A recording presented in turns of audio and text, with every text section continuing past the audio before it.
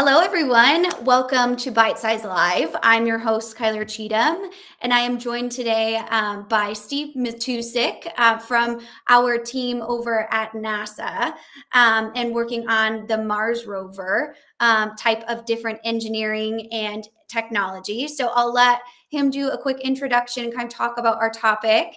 But real quick, I just wanted to welcome you to the stream. We try and do a bite-sized live every single week. It's a very fun way for us to kind of informally interact with our colleagues, as well as engage you guys in the audience within the chat. So wherever you're joining us from today, we can see the chat. It all aggregates here. So I invite you to ask questions or comments as we usually do. And if you're new to Bite Size Live, welcome. We're so excited to have you. And we're excited to hear Steve's insight today. And this topic is something that's kind of near and dear to my heart.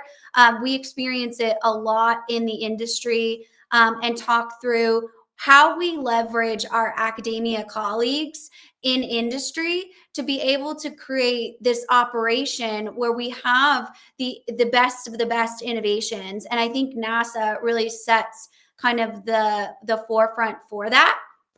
So we'll get into kind of that conversation with Steve and talk about what his experience has been. But if you could just drop in where you're tuning in from today in the chat, we have a global audience that we always love to say hi to, and then we will begin our conversation. So Steve, welcome to the stream. Thanks so much for joining us today. Yes, thanks for inviting me. Yeah, absolutely. I've been so looking forward to this conversation. It's super cool, amazing technology, and very cool partnerships that you're working with. So, if you wouldn't mind just giving us a quick intro of what you do and kind of your background. Sure. So, my current role is I lead the Mars Exploration Program Advanced Studies Office. It's a small group of us figuring out what the future of mostly robotic preparation for humans at Mars also, what that should look like over the next 2 decades. It sounds somewhat intimidating when I say 2 decades, but we try to look, way out in the Yeah. future to see where things need to go. I guess a little bit about my background. So I've worked many fun, exciting things for planetary exploration. Also, I had the great honor to work some astrophysics areas. For example, the SphereX mission that's launched and is returning data now, and some others, and as well as earth science and exploration.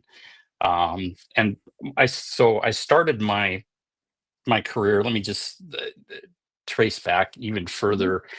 So I was when I was a young kid, I saw space exploration, and I decided that's what I wanted to do. So that kind of drove me to look at physics and math, as well as writing and other forms of communication, because Mhm. I feel like that's super important. So I started out in Colorado. I see there's a few people from Colorado joining here, Mhm. so shout out to them. Um, Went to CU Boulder. Then I was working on sounding rocket payloads, and I was a student. When I was a student, I had a chance to control a satellite. Cool. It was a pilot program at Laboratory for Atmospheric and Space Physics, Mhm. and that's kind of how I got my start. I was lucky enough to be selected for that, and then I ended up at Jet Propulsion Lab and said, "Well, I'll stay there as long as I'm having fun," and I've been having fun ever since. So Yeah. that's my story. I worked on many fun missions and science. What drives me, little insight, I guess, is I love science and exploration. So Mhm. those discoveries and things, they drive my thinking about technologies and partnerships and how Mhm. to put things together. And you'll see, I think today, as we talk about things, you'll see that thread too, hopefully. So that's me. Yeah. Absolutely. Well, we won't hold the CU against you. I'm a CSU grad, as you Oh, know. So, CSU. yeah, right, Yeah. right. No, I'm just joking. But we've done a lot of work with LASP specifically.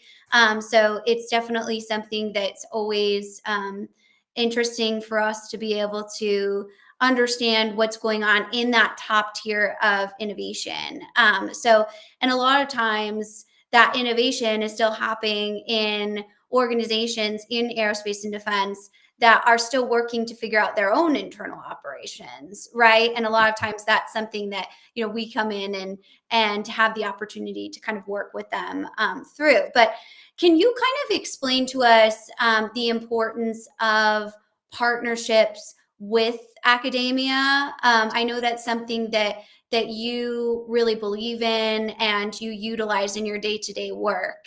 And I think you explain it, at least to me, so amazing. So I'd love for you to share that with the audience. Sure. So let me first, when I think of academia, I think, you, my thoughts tend to gravitate to like universities and things like Mhm. that, but it's really, I think it's beyond that even. Yeah. I've had interns and people that I currently work with that from community colleges and high schools and kind of all around the U.S. and the world. I'd say the key to that is that, so when I interact with academia, everybody is so passionate about what they Mhm. do, and that energy. So Mhm. I probably think, well, Steve's going to talk about a lot of technical stuff. Really, that passion and energy, they just bring that, and it like elevates everyone who's Yeah. interacting on that, and I love that. And so with academia, get a little more specific. We look at technologies and things because sometimes they have the freedom to think and do some things that say industry or other places that are on short timelines and Mhm. profit driven. Sometimes they don't have the chance to look at that. So I Mhm. there's some very interesting ideas in a pipeline there that I count on to when I'm reaching out to academia and interacting with them, and they are it's amazing how it supercharges sort of the innovation of things that's Mhm. going on. Yeah, absolutely. And that's so true. That energy of passionate, especially when it comes to research potential, which brings me to this question from our team over at the Confidential. They help us organize our YouTube questions over there, and they asked, "What emerging research areas are you most excited to learn about right now?" Maybe from the areas of whether it's university colleagues or just research in the industry that you're leveraging with kind of your conversations within either the Mars rover technology, and maybe you can give us a specific example of how you've seen it come to fruition. Yeah, let me start out general, and then we'll talk about a couple Mhm. specifics. So everybody's sort of the buzz these days, rightly so, is about AI and machine learning and those type of things. And I would say the science and technology communities, engineering, they're learning how to use those now. And to me, the emerging area there is how can that help you look at some combinations of things that you may not have thought of, or Mhm. that you look at it and you go, wait a second, that could be this other thing that I really hadn't thought of, but maybe I should put some time into that, and then that can have interesting offshoot. And I see it all the time now. It's like, wow, we ran this, and it looked at I don't know how many. I'll just say a million different combinations, and here's 10 of them that seem promising, and you're like, oh, that is interesting. So let's look at these few. So it's a partnership. Mhm. This sounds kind of strange to say it this way, but it's a partnership between AI and sort of your Yeah. thinking and humans and how to sort through things. So I think that's emerging and has great promise. Um, so specifically, some emerging areas, and I'm gonna switch over to the space environment now and the Mars environment. Mhm. Um, for space and deep space, one of the areas that always gets looked at is power and how to get power, energy. How do you do that in harsh environments? So a lot of the battery technology advances now. So Mhm. that's enabling things like the Mars helicopter, for example, Ingenuity. If there were not advances in battery technologies, Ingenuity couldn't fly on Mars because you have to have really lightweight, energy dense batteries, and that whole area is just taking leaps and strides forward now. So that seems very promising to me. And there's going to be some new applications that I can't even think of right now, I'm sure, from that. Um, Another area is in the, I'll call them the sensors, the instruments that when you go out into space, most of the time humans are not there because it's a harsh environment. You're not going to send humans right now to Jupiter Yeah. or other places. And so the sensors that are there, they're getting much more sophisticated in different types of sensors.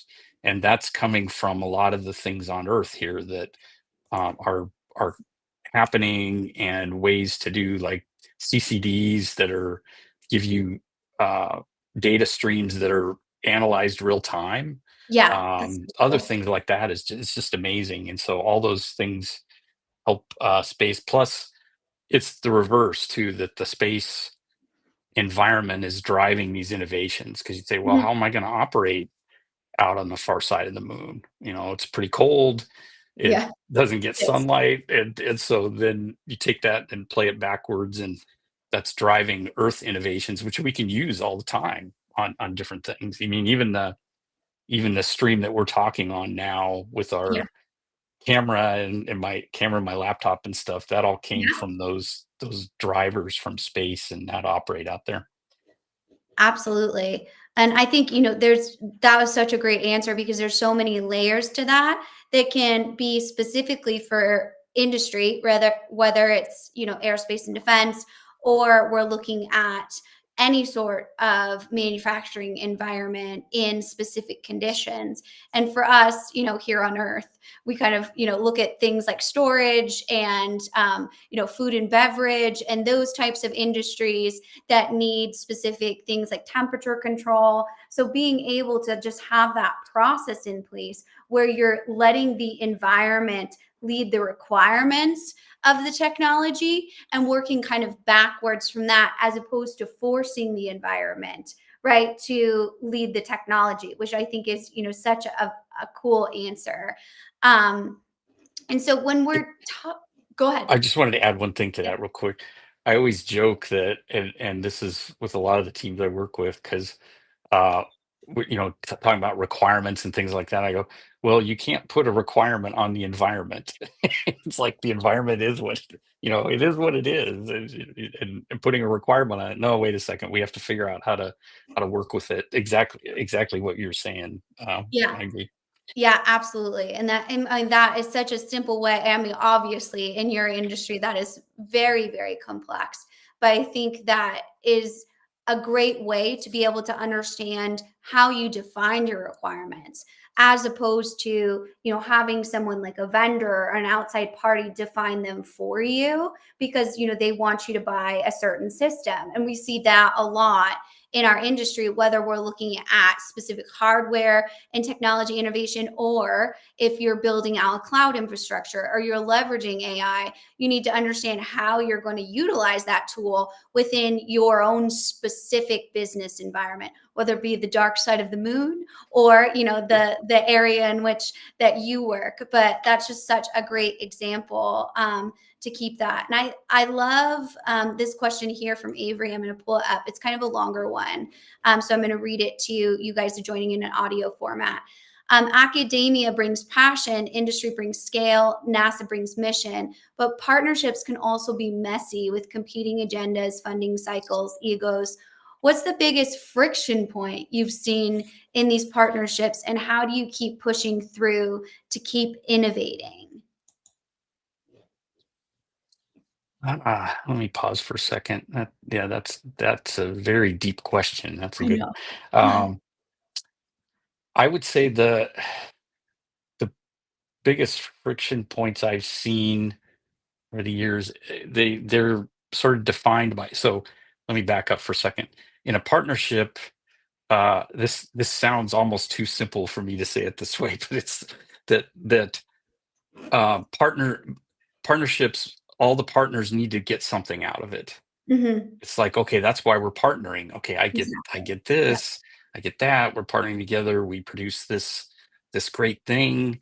Um, and a lot of times that gets lost as you talk about the details and everybody's diving in, okay, how's this technology we have going to fit into what you're doing, and when are we going to do it? And all of a sudden, one of the partners, it's there's no reason for them to be partnering, or very little Mhm. reason, and that's when I think some of these frictions start to Yes. happen.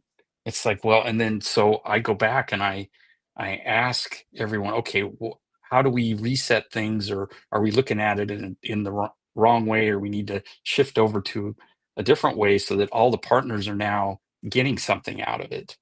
And it sounds very simple, but it's pretty basic, that partnerships, everyone needs to get something useful out of the partnership. Mhm. Um, Another friction point I see, again, this is not so much in the technology area, but there's cultures Oh, yeah. of the partnership, and Mhm. if one culture is in if it's not discussed about the cultures and how Mhm. of the different partners, then there can be misconceptions and perceptions that cause these frictions. Like, well, I thought you were going to send this to me, yesterday because I needed it. And it's like, well, those kind of things can cause frictions. So I Mhm. guess those two things are the major ones I think of. Not Yeah. really technical usually. Usually the Mhm. technical engineering science side of things unfolds pretty well if all these other things are paid Yeah. attention to. Yeah, and I think the level at which that question comes from is not everyone, not all industries, right, are based so much in science and so that type of engineering culture, which is something where we all have a certain agenda, we all understand the requirements, we're all kind of walking in the same direction as you described. I would argue, culture is a huge part of the technology workforce, especially in our field where we have the rise of kind of like this business technologist type of role where they're bridging the business with the actual technology, and they have to figure out how to work through all of those different dynamics of the partnership. And I think, as you said, laying out those expectations of what everyone is hoping to gain or what their goals are, and having that empathy of understanding, okay, well, maybe I'm over here in industry. I have to remember that my colleagues in academia or in research or in these other parts still need to have an idea at which they're gaining some sort of outcome that they're hoping to achieve from these types of partnerships. Having that super clear up front is a great way to make sure that you're continuing to move forward and you're able to have those conversations. I think that that's a great way to kind of model that for the rest of the industry. And I think that's one of the goals I had for this conversation, was to understand how you guys do that and how the rest of us can kind of get on board with bringing that level of innovation to the workforce. So if you could maybe share an example of how something that was in prototype in academia or something like that became part of like an actual mission, so we can kind of map the whole process of what that looked like. Okay, let me do. I'll probably have time for one example here. That so in academia, there's it's been around for a couple decades now, but the CubeSats. So pretty much cubes. Everybody knows about CubeSats Mhm. now, and they will launch into space, and many universities and organizations have programs to put together the CubeSat. Students are working on. I think this is great. I work with many of those kinds of teams. Mhm. They're doing stuff that I'm like, wow, that's amazing. Mhm. And so when that first started, though, it was an innovation. It was like, okay, what do you mean we're going to take a 1U size, 1U 10 centimeters by 10 centimeters by Mhm. 10 centimeters, and I could do something in that size, send it out to space, or say it's three times that, a 3U or a 6U, six, and that innovation right there, which is, now I say it's pretty commonplace in academia, Mhm. that many universities, community colleges, and things, organizations, they've launched, built and launched a successful CubeSat.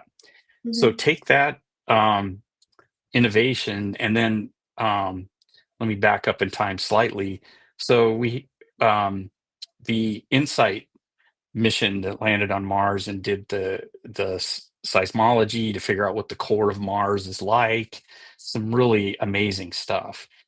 That mission was going to land, and it did entry, descent, and landing. Well, it turns out the geometry between Earth and Mars is Mhm. such that you can't actually see when it was going to land. So it needed something else with a different viewpoint to be able to relay back that critical, we call it critical event knowledge. Mhm. Well, we couldn't take an orbiter at Mars and change its orbit and move it to the right place. So the idea of having a CubeSat and flying a CubeSat on its own out to be in the right place at the right time, Mhm. that you put those two things together, Mhm. and Marco, the two CubeSats that flew past Mars in deep space, was born. And at the time it sounded pretty radical. It's like, what do you mean we're going to fly these CubeSats that usually fly in low Earth orbit? They're going to Uh-huh. fly out and fly past Mars and send data back? And it turned out, well, that's how we got that insight entry, descent, and landing data. It saw it the right place at the right time, saw it go down in the atmosphere, saw the parachute open, saw it land Mhm. on the surface and relayed back that data, and we could see it. Not real time, but Mhm. it felt, we saw that it was successful and could see all that information. So that to me was this intersection of CubeSats, which were small enough and you could build them fast enough to take advantage of this and launch them. And the two CubeSats, Marco CubeSats, flew successfully, and now I think it's been inspiring a lot of thinking about how to use them in missions, universities, science community, Mhm. various places. So those innovations spur other innovations. People see it and they're like, "Well, that is possible now. I can I can think of maybe I can do something like that or beyond that in my own Mhm. area." Mhm. So I'm circling back again to sort of the inspiration part of it too, that I draw from all the time, and I think I see a lot of people who are innovative in technology and things. They draw that inspiration, figure out where it's coming from and what drives them to do new things. Yeah. Yeah, absolutely. And what would you say, are some of your biggest inspirations when you are trying to, work through a difficult problem or something like that? Where do you draw some of these from? Oh, myself? Yeah. Yeah. So I draw a lot of inspiration from design and from art, and from things like that. Because when maybe in another part of the conversation, I'll talk a little bit more about that. But it inspires me to think about what's possible, because things that seem like they're impossible now, it just means we haven't figured out how to do it yet. It's the way I Mhm. look at it. And so artists and design thinking in areas like that, they're able to think in these other areas all the time. And so it's like, oh, well, that is possible. So I draw inspiration from that. I also draw inspiration from science fiction and other areas like that, from writers, people who are Yeah. imagining futures, things like that. Yeah, yeah, that creativity is so critical. It's not something we often talk about in, deep space engineering, but it really is, a critical piece to being able to just think differently or be able to see things from different angles. So I love that you give those examples. Let's go to one of these other questions from LinkedIn. What kinds of innovation do you think will be the most important over the next decade of space exploration?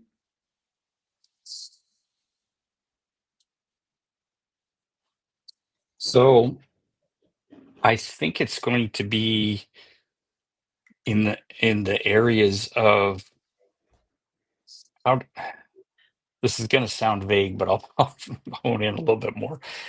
How to get enough energy, concentrated energy in one place and useful energy so that you can travel from point A to point B out in Mhm. space. The Mhm. distances are vast, and it takes a lot of energy to move around out even in Earth orbit, going out to the moon, but then talk about deep space, out to Mars, Venus. That there's we're always talking about you know power from solar power and propulsion, and I would say too, when we bring that back to Earth, we're trying to figure out how to convert energy and get it concentrated enough so it's useful. It sounds kind of vague. So what I Mhm. mean by that is like any technologies that are helping to concentrate that energy so we can use it, move it from one place to another, so it's useful. Those seem like innovations that are going to be a big deal for all of us in Mhm. the future. Absolutely. That's I mean, that's very cool, and it's something that's not just for space exploration, it's also for, a lot of how we, create and make things here on Earth too. So that, is definitely a critical piece of understanding how we actually operate these types of different innovations through the use of energy, or how we move it, or how we're able to capture it, in all of these different things. So let's do, my mouse is broken here. So let's do one more from LinkedIn here. You've worked across decades of missions. What's the hardest no you've had to give a promising technology, and how did you learn from it? I love these questions, Avery. You're, spicing it up a little bit today, and, just giving this idea. Or maybe what's the hardest no that you had to, take throughout the career, would be a great opportunity to talk about. Yeah, that is a I'm pausing for a second. That's a Yeah. Yeah. I can only imagine how hard it is to, like, because some of these technologies obviously don't come back. So, like, yeah. having to say goodbye to, something you've worked on so hard, where it's going to be critical, but you're never gonna see it again. Must be a wild experience. Yeah, it's I would say one of the things that's in terms of technology development is when when when technologies start out, usually there's seed funding to get them to a certain point, and then they Mhm, get to another point where they can be tested and put together in the lab and breadboards and various combinations, software simulations to say, does is this going to still hold promise? And then it gets hard to get from that level to how am I going to put it in vacuum chambers and vibration test mhm, it and stress test it and then and get it to the point where I can put it in a way that we could fly it in space or mhm, deploy it and use it at scale on the Earth, for example, for different things. mhm. Um, I'm still struggling. So part of it's probably the way my brain works is I probably don't remember the no's. Yeah, right, and I mean, that It's like, that says a lot to the answer of that question, because working in these industries, I assume, takes a lot of resiliency, because you yeah, it really does. are on, the breaking edge of, and sometimes things don't work, and that's what I think a lot of times is misunderstood, especially about enterprise technology, is you have to go in having all of the answers, and that's not at all how that process works, right? Yeah, You have to go yeah. in being okay with failing fast and failing forward, because that's going to happen. There's never a time in which you're going to innovate a new technology and it's going to work perfectly on the first pass, right? And if it does, it's probably going to break in 3 weeks, right? So there's definitely a level at which you have to be comfortable with the no's or the failures, and being able to reframe them as, this wasn't actually a failure, this was a data point, this wasn't a no, this was something that I just found out within the process is not going to be successful. So, I kind of take that as an additional, learning from the overall process. It is. I have an example, and this one may it may come back again. And it's so on planets and moons with atmospheres, you could imagine that you could use balloons and dirigible meaning you can steer it and fly it around. Balloons, they would be free flying and move where the winds take them. And we went through a period where, okay, we thought, well, we're going to use balloons at Venus. Venus has a region about 40 kilometers up that it's kind of Earth-like. It's not too hot, um, not too much pressure, and also at Mars, because you could imagine, and some of these things were tested on Earth to have the sun would inflate it on Mars and it would loft up and you'd fly around. And it turned out to be um, quite. I guess I'll have to say a no, right? I was going to say quite difficult, so I can't even say the word no. I love um, that. I honestly do. I really love that outlook. Very um, healthy. and so navigating around and figuring out how to get to the place you want to is very, very difficult. And it turned out we could figure that out enough so that you could say that you put money into that to fly a mission because you couldn't say you were going to get the data back that you wanted to get. And I say that this may come back again because these systems are lightweight and um, you can imagine very another principle I use is to keep it simple, Mhm. and they are like that. And so these balloons and steerable dirigibles and stuff could be flying. I know some of them are flying at Earth. That's a promising technology. So I think some of these things will get solved. It's just some new technologies bringing to bear some other things that maybe, I don't know. This is wild speculation, but maybe bringing in some AI to put it inside the balloon because Mhm. you can't have a human there flying it around usually. So it would Yeah. make it smarter so it could steer to the right place and get the data that you want to get back in a timely fashion. So that's an example, I think, that was a no. Um, but that, like you were saying, that no then maybe spurs some other developments that you could use Yes. in balloons and maybe other places too. Yeah. Yeah, and I'm curious, how would you react to industry colleagues or people that are in different industries saying that they don't have the opportunity to innovate because of the constraints of, say, a highly regulated organization or a highly regulated industry, which obviously aerospace and defense is heavily regulated. So a lot of times that's something that we hear, at least in our community, is there's no room for innovation because we have all of these different roadblocks. And I just love, your outlook of being able to kind of create in any space that you might be in. So I wonder if you have, words of advice or anything like that for people that might be in those situations. Yeah, maybe two things come to mind here. One is so reach out beyond the familiar and people and ideas that you know.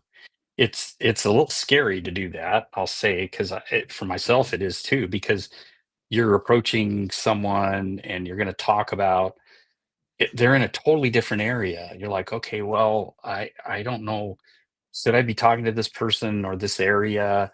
And maybe they won't Mhm. accept that we should have a discussion. But that's where these amazing things come out when you have Mhm. these different areas talking about things, and then the assumptions of that you've built up, that I've built up over the years. They'll ask, well, why is that? And then you explain it, and it's like, well, maybe that isn't that way. Maybe I could approach it this way, and do that as much as you can. Mhm. It really helps to figure out what that future is, what the path is. Mhm. I encourage that a lot in the teams I have. I've put together some teams that are that's what their role is, to connect people Yeah. from wildly divergent areas, and those conversations are amazing usually, and that's where things come in. And the second thing is, I I don't want to say I argue because I'm I'm not arguing it, but I guess I assert Mhm. that innovation comes from constraints.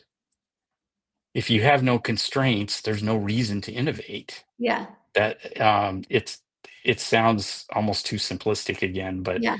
when you have these constraints, you have to figure out, well, how do I get around that? What can I bring in to do that? And the constraint can be cost, it could be time, it could be I can't figure out how to get this piece of it that's key. Could be I can't get the right people. There, all those constraints are what drive you to innovate and Mhm. figure out how to do it. So Yeah. now you can have too many constraints so that it squeezes it so there's no way out. Freely admit that, but usually that's not the case. There's some way Yeah. to innovate around things. Yeah, I think that's so well said. And innovation is really a mindset. It doesn't have to be, launching rockets into space, but changing the way that you do things to make your organization more efficient, your team more productive. Those are innovations on any sort of level to really Yeah. understand how you work smarter or how your culture enjoys working more is even a very important innovation, especially with the rise of more of technology taking over certain job roles. That's a very sticking point, brings me to my next question around the innovation of automation and AI in the workforce for what you're seeing? Are you seeing a lot of job roles transition to being more focused on working with technical colleagues like an AI system as opposed to human colleagues? I would say in the areas I work in, with space and space exploration and things like that, I've seen it mostly. If I understand your question right here, I've seen AI and machine learning mostly being used to augment how humans Mhm. are thinking of things and be able to go off and bring back some data or insights that you might not get another way. Now, the trick on that is that actually an insight or is it uh, artificially, is it coming back with something that's artificial and is not Yeah, real? hallucinations. Yeah, Yeah, absolutely.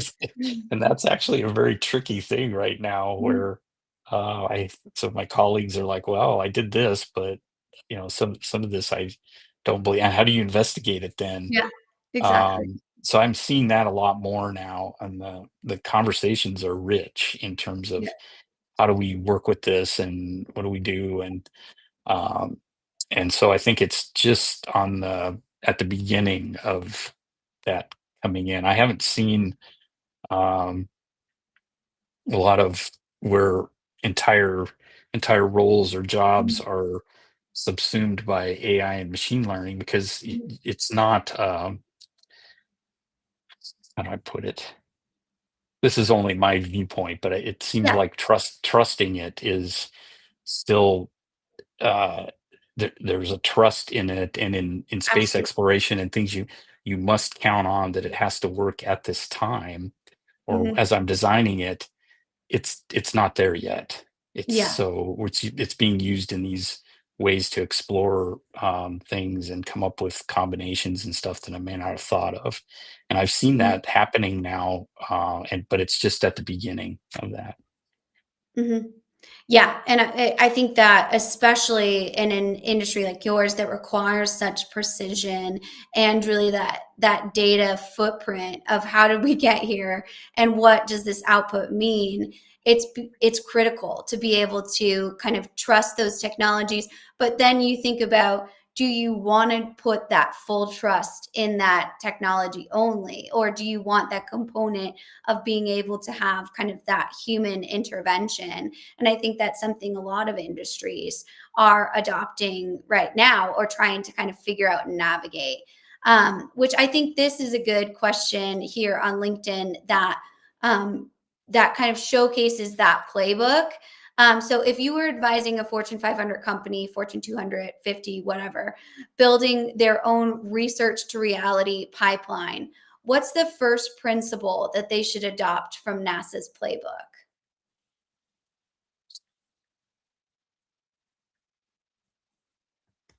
So maybe I'll circle back to this one I talked about, the Mhm, first principle of you want to talk with and engage with the very best that you can have access to mhm, figure out how the research is going to go into reality. There's always some key point or a few points, certainly less than how many digits I have on my hand, that mhm, are key to.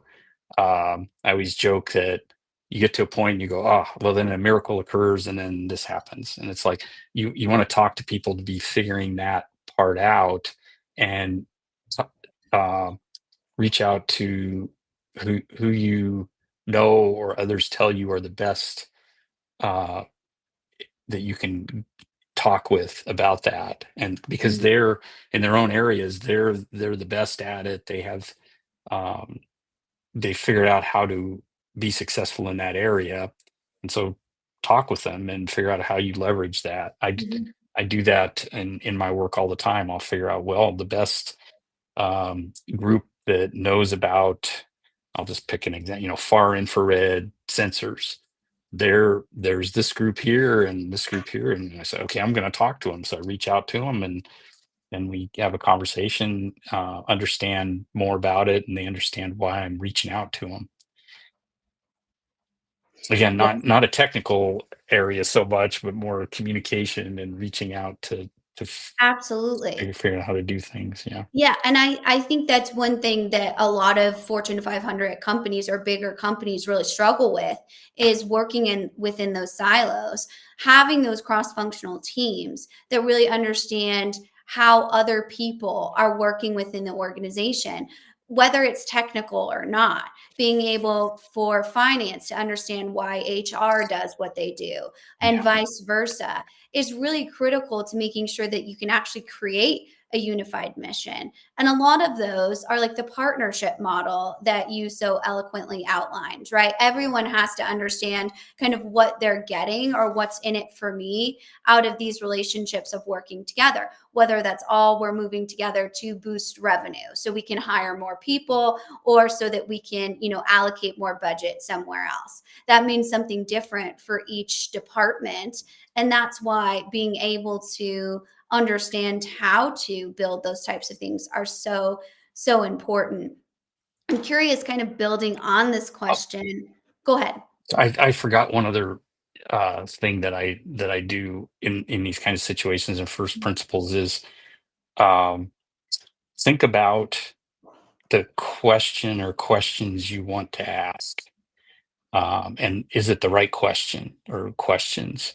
The reason I say that is, and there's a whole field of study about asking the right question, which I'm fascinated with. I read about this, but a lot of times I see in partnerships or teams or Mhm, new things that are going to happen, people aren't asking quite the right question. mhm, And when the right question is found, all of a sudden you see the room light up or the conversation. It's like, oh, I hadn't thought of that, or that spurs this whole. So thinking about what the questions are is important, and not just mhm. diving in and asking um, questions that might seem obvious or things like that. That getting the right question is super important. Absolutely. Yeah, I think that is so critically important. And being able to understand how to, and this is something I always, struggle with too, is being able to ask it in a very clear way, right? That's not disarming or, not a what do you do here type of question, right? More of like, how can we help and how can we work together to, come up with an outcome that makes your job easier using technology because a lot of times especially when we're talking about technical pieces or in my humble experience bringing in research there can be a level at which of fear a disruption to my overall process will this impact my job will I still be worthy of this role? Will I still be valuable here when I have, PhDs coming in to be able to do research here? And it's like, absolutely, right? There's room for everyone in this conversation, but we have to make sure that questions that we're asking are collaborative and not defensive in those ways. So I think it's such a great piece. And let's go to one here. I said, I love this one. If future leaders at NASA took only one lesson from your work, what do you hope that lesson is? It's another deep one. I would say in the local so in the local work environment, meaning the teams you're in, the meetings you're having, whether they're face to face or hybrid or all virtual. In I found it to be very essential to some of these discussions about innovation and how we're going to tackle these things that might seem impossible. That the ground rule is that we're all peers, Hmm. and that we'll all listen. We all agree to listen to each other and listen more than speak, and that any any idea or question is okay. You can ask that. You can interact with everyone in that environment. And it sound again. I circle back, and it sounds like how can that be so? But I found that when everyone we're all peers, there's Hmm. no high level managers, there's Hmm. no people who've just started. Hmm. Everyone's interacting on uh, the same peer to peer environment, and it's a safe environment. That's where people your people's brains collectively are Hmm. able to go places and think of things that can solve these very difficult problems. And so I guess that's the takeaway I would have to say to future leaders of NASA. Please keep those environments and Yeah. that peer and the ability to ask questions and keep keep asking those questions. Yeah. Yeah, absolutely. The curiosity is so critical of a phase two innovation, that those questions need to continue to be an opportunity to collaborate. So I absolutely love that. As we kind of wrap up here in our last 5 minutes of this amazing conversation, I'm curious if you, outside of your industry, see anyone else kind of doing the partnership model of reaching out across industry, reaching out across research or academia, very similar to what you've seen at NASA or the work that you've done. Is there any industry that's doing it really well that you would say has transferred that approach or that knowledge?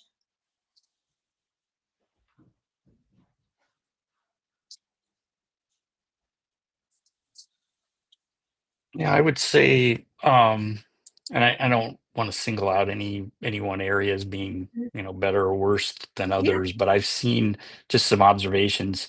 Um, Again, this is an area that seems like wow, that's a really tough thing to Mhm. be figuring out how to do. But there's some companies and startups now that are looking at um, things like fusion power, so Mhm. not like fission, like nuclear reactors and stuff, but actual fusion power. Which I mentioned that I like to read science fiction and think about that, and that's been in science fiction for a long time established. Of Yeah. course, we have fusion power, but it's been very difficult and a long road. And they're thinking of things in a different way and grabbing interacting with various parts of technology and seeing how that might be solved, which to me is very healthy. It's like if you approach something the same way that's been Mhm. done for decades, there's listen to that, and there's some reasons for that, but then bring in some other areas and test it out. And I mean test it out, not necessarily in prototyping, all that too, but you can test out the ideas there's pretty low risk to bringing together, saying, okay, would this technology or this field of knowledge come in and help us in some way? And that conversation, it's pretty low risk to have that conversation. It's not like Mm, we're investing, you know, gobs, highly technical yeah, term, gobs of money and time, and let's see if there might be some way. And then, aha, that could be useful. And so that area, because it's so difficult and to yeah, figure out how to do that, I see them reaching out, and I hope they continue to do that. And other areas too. I see. I mean, many that's just one that sprang to mind right now. But yeah. there's nanotechnologies. There's AI. It's I can't even list all of them right now. But they're looking at some new ways to do things, which I think is pretty cool. Absolutely. I mean, that is so critical. And how to, I think for me, one of the cool places is watching industries that have been around for hundreds of years modernize, right? To meet these types of new technologies. And one that comes to my mind is the maritime Mm, industry, and how they've really leveraged technology, because not talk about compliance, right? They have certain, compliance they need to reach globally, and then they have their local ports that talk about net carbon emissions and things like that, that they need to now figure out how to move an industry that's been the same for a very, very long time into the future of making sure that they can meet the requirements that they've never needed to meet before. So I think leveraging their colleagues in academia, helping to build those innovations through their research and these new types of technologies, has been something that is very cool to see across any sort of business. But Steve, you've given us so many great insights. Is there any closing bite-sized piece of advice that you'd like to give our audience before we close today? I guess I'll just sum it up as just keep striving to do those tough things that you're doing that you think may be impossible, but reach out to have conversations, and there'll be some ways figured out how to do them. I'm confident. Yeah. Absolutely. Yeah, absolutely. Even me reaching out to you and learning more about Mm, what you do is, just a basic example of how you can learn new things specifically within your LinkedIn network. So I invite you all to follow Steve on LinkedIn. He shares some great insights and does some great other thought leadership around aerospace and defense, or what they're working on over there, that we all can definitely learn from. Thank you to the audience for these amazing questions. As always, I'll go back and comment on them, make sure that I give you some resources. And we will be back next week with some of our food and beverage colleagues, which also have some interesting innovations in mm. technologies as well. But thank you to the audience. And thank you so much, Steve, for being here today. We deeply appreciate your time.